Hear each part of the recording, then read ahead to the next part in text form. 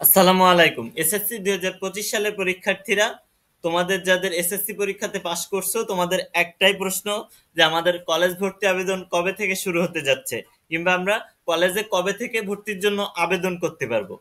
দেখো, আমরা যদি বিগত সালের দিকে খেয়াল করি, তাহলে সেখানে বিগত সালে 12 তারিখে তোমাদের এসএসসি রেজাল্টটা প্রকাশ করা হয়েছিল, এবং সেখান থেকে 14 দিন পর, মানে 26 তারিখে গিয়ে কলেজ ভর্তির আবেদনটা শুরু হয়েছিল। তাহলে এর ভিতরে 14 দিন পর শুরু হয়েছিল এসএসসি রেজাল্টের।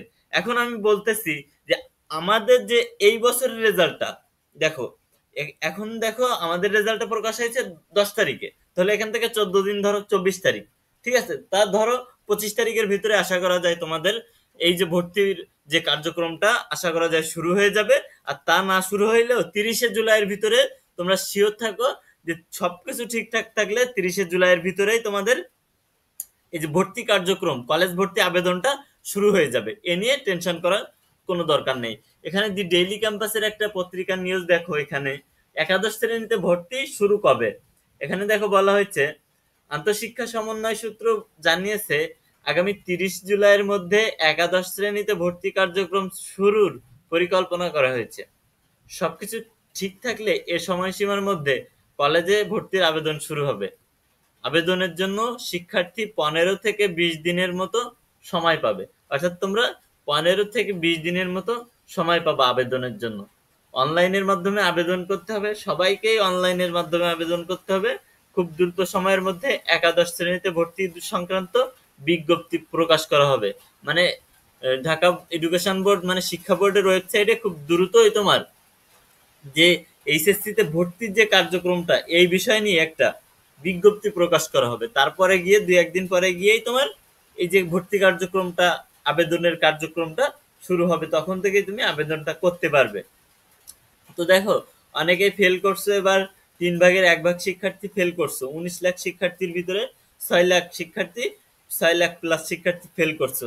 এখন কথা, 6 লাখ শিক্ষার্থী ফেল করছো, এর ভিতরে আবার কেউ কেউ বোর্ড চ্যালেঞ্জ করছো। যারা ফেল করছো এদের ভিতরে অনেকে আবার পাশ করবে।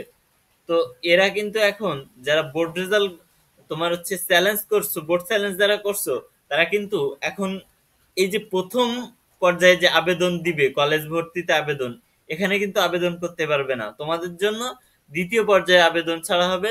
তোমরা দ্বিতীয় পর্যায়ে তোমাদের যখন বোর্ড চ্যালেঞ্জের রেজাল্ট বের হবে, তখন কিন্তু তারপরে গিয়ে তোমার কিন্তু ভর্তি আবেদন করতে পারবে। তোমরা কলেজ ভর্তির আবেদন করতে পারবে। তারপরে দুইজনের দুই যারা এখন প্রথম পর্যায়ে যারা আবেদন করবে এবং দ্বিতীয় পর্যায়ে যারা আবেদন করবে, এই দুইজনের রেজাল্ট কিন্তু তারপরে গিয়ে তোমার হচ্ছে প্রকাশ করে দিবে তারা, ঠিক আছে।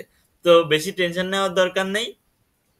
খুব দ্রুতই, মানে 25 তারিখের ভিতরে আশা করা যায় তোমাদের ভর্তির এই যে কার্যক্রমটা, কলেজ ভর্তিতে আবেদনটা শুরু হয়ে যেতে পারে, ঠিক আছে। আর যখনই কলেজ ভর্তিতে আবেদন শুরু হবে, অবশ্যই তোমাদেরকে জানিয়ে দেওয়া হবে সাথে সাথেই, এবং কিভাবে কলেজ ভর্তিতে আবেদন করবে অবশ্যই সেটি দেখিয়ে দেওয়া হবে। কোনো টেনশন নেওয়ার কোনো দরকার নাই।